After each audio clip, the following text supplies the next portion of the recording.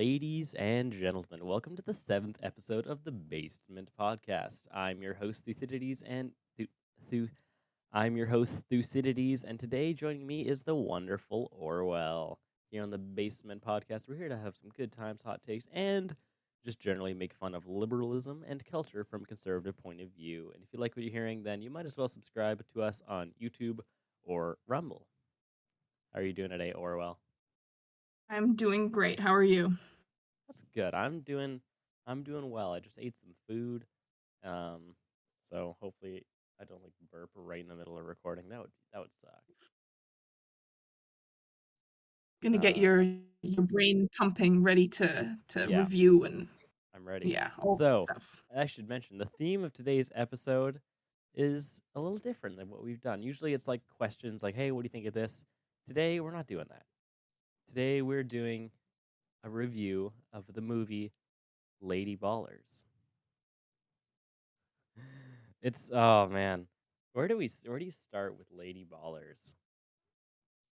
I guess Honestly, I don't think there is a place. Yeah, maybe there's just the nowhere to start. synopsis. Just what is Lady Ballers? If you somehow haven't heard of Lady Ballers and you're like remotely conservative, um, Lady Ballers is the movie that has been dying to be made for the last few years. Essentially, the Daily Wire said, "Why don't we make a movie about trans men, meaning real men pretending to be women, um, and just make it a comedy about it because it's a comedy. It's funny." Um, I'm just looking. I'm trying to see if it's on IMDb. Um, I just want to see what the synopsis of that one is. Lady Ballers. There it is. Um, yeah, here's the IMDb synopsis. Um, a down on his luck former high school basketball coach will do anything to win, which in this case meetings his lead, which in this case means leading his team of men to don wigs and brutally dominate in multiple women's sports. It's finally getting reviews from like other stuff. Um, at first, like it just got no reviews, um, and now they're starting to interview people for it. I think its Rotten Tomatoes score is like through the roof. Like Yeah. it's insanely high. Isn't that right? I think so. It's only a 6.1 on IMDb, which I think is pretty fair for that movie. Yeah. Um, because on one hand, it's really funny and culturally super aware. Um, I'm just looking at the Rotten Tomatoes here. Baseball tomato. On the other hand, none of the cast can act. Yeah, it's true. What do you think of the acting in this movie? It's quite wooden at points. Um But I mean, it is what it is. Like the movie kind of is as much as it is, and I don't think it tries to pretend like it's some fantastically amazing movie. Like it's pretty basic, but it's like a good time. Like you enjoy watching it. And I think the Hmm. point is like not to hate on it too much. I wonder if they were kind of going for sort of like a low I cringy think they kind had. of I'm pretty sure movie they or slapped it together in a couple of months, yeah, I think I heard it was 6 months, which is insane. which is But in it, this day and but age like, fast. Oh, but like you can see it and you're like, okay, that makes sense yeah. because If it you're looks if like you're it was put together. if you think of this movie as like Marvel production value, you're like, holy crap, whose child did they hire to do this? Because it's bad. But to be, slapped together by the Daily Wire, which has less resources than a huge company like Marvel or Universal, Mhm. and also is acted by Daily Wire hosts. It's yeah, 91% audience score though on Rotten Tomatoes. It's Wow. yeah, I guess it's kind of one of But those I guess movies. isn't surprising because No, like the kind of people who would watch it I think you have to be subscribed to Daily Wire Hmm. Plus to watch it. So like Yeah. you're kind of already you're If you're gonna watching it, appreciate it. you're pretty conservative and you can appreciate the humor. Yeah, 91% yeah. over 5,000 ratings. It's 50% by critics, Okay, okay, that's interesting. which I kind of understand because like Mhm. uh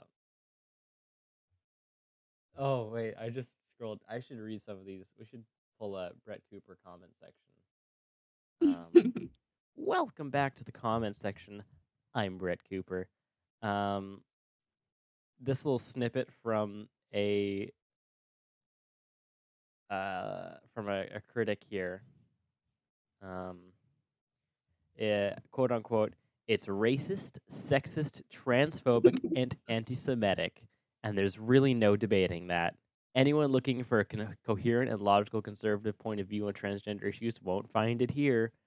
I kind of disagree. I kind of think I would it's disagree. I think it makes the most important part, the most important statement on transgender issues, and that is it's ridiculous. I do think that like really it's not going too far, really. It's not No. extending that much. Like really it's basically what happens in the real world with a bit of comedy and a bit of actors from the Daily Wire who aren't really actors or who sort of were and now aren't. Right? That's sort Mhm. of all it is. So I feel Yeah. like also, how is it anti-Semitic? Yeah, I I was gonna didn't say catch Ben that. Shapiro is literally in it. Although I think Ben Shapiro might have the worst line because like I don't the whole movie's remember about him. like making fun of transgender people, and Ben's line is calling some dude a transphobic motherfricker. I don't even Because remember that. He didn't fair enough. I particularly mean, stand. there's so much in this movie that you kind of don't. I want to watch it again, but I also don't know if I can handle watching it again. I think it's a good thing to watch again. I think I need to watch it again. Um, Even though I'm kind of afraid to. Um, Yeah, yeah, I think same. do you have like a favorite moment or a favorite like scene from the movie? A favorite moment or scene? Um, I love when just kind of in general, Michael Knowles and Brett Cooper. Mm, They're I love how they get progressively more just off the rails with like their identities. Like they starts yes. off as like Stacy and Drake or whatever their names are, and Mhm. then they're like in the end they're all wearing like a headdress. I think I died laughing when Michael Knowles runs up to Jeremy Boring and then he's like, Coach, whatever," and then he goes and does like the First Nation like puts his hand up. He's like, "How?" And you're kind of like, "What?" Because it's Michael Knowles and he's not First Nations or what do they Americans call them? Uh, uh, it's a different. It's no, that's Canadian. what do we have for them? We have Aboriginal, Native American. Is that Native what they call American. That's yeah. them? Maybe. Um, yeah. Yeah, that was Just great. That was so funny. just all those moments, or like how Brett's name got went, or like her character, like Stacy O'Brien or whatever, was at the end. It was like something, sort of like an MB. Just all these like African names. Yeah. Oh, just in general, I think that's the one part I remember the most. They're just funny. It was so unexpected, at least for me. I was not expecting that to happen, and it came, and I was like, "Oh wow, this is really good. This is really funny. This Yeah. part." Oh, so I love Matt Walsh at the end. This I should mention. There's spoilers in this. Matt Walsh at the end when he's like, "That's another sweet Daddy Walsh, whatever, problem solved." And I think in that moment you're like, "Okay, this is Daily Wire the movie." Like It really did. as soon as they pull in the reference to Matt's actual show, then it's like, yeah, this is I think I who wrote it? saw. Was it written I by think it Jeremy was Boring? Oh, Jeremy it Boring. was. Yeah. Yeah, Jeremy Boring is one of the writers. Okay, I think I saw Matt Walsh sort of reviewing or reacting to his character or something like that, and he Mm-hmm. said that that kind of it seems that the first purpose of the movie was just for them to have fun Mm-hmm. as, like, actors and, like, the Daily Wire getting together and just making something that's fun, I and then believe it, yeah. second was to actually produce the movie. So, um, you can see that, especially with, like, all of the, like, inside stuff, like the Sweet Baby Gang and Mm-hmm. stuff. Yeah, it looks like they're having a ton of fun on this movie. Yeah. Oh, Tyler Fisher. Who is he? Tyler Fisher was the Sheelix, the little short water boy. He was in another Daily Wire movie. Okay. He was one Have of the you guys in watched many of the other movies? I have watched almost all of them. Um I Okay. have not watched the Hyperions because I actually, that's not even a Daily Wire movie. They just like distributed it. But I've watched all the other Daily Wire movies. Okay, wow, you're like a I'm I'm seasoned a fan. I'm a huge Daily Wire fan. Yeah, Lady Ballers though. I think in years from now, like this will be a cult classic, or no one's gonna care. Yeah, I think absolutely. It's gonna be it one of depends on which way the world goes, because I think if the whole transgender thing goes, more off the rails, and next thing you know, women just don't exist anymore, this will be a really funny movie. But if the world goes back to normal and people are like, oh yeah, men aren't women, this movie is just gonna be like in 30 years, all the little Gen Alpha brats are gonna be like, why was this movie made? Seriously, the Gen Alpha? I'm Oh my word. What have I they have done? this feeling that it may be the first one. Maybe the first option where, women no longer exist, but, Yeah, it's a fair different enough. story I mean, altogether. it's bound to happen eventually. Um, I love the Dylan Mulvaney moment in the movie. That that really hit was me. That was that so was my funny. mom's favorite moment when he was going on about like, I gave up on parallel parking twice. And I think That's so good. that scene and like what he's making fun, how he's making fun of Dylan Mulvaney there, is kind of the movie.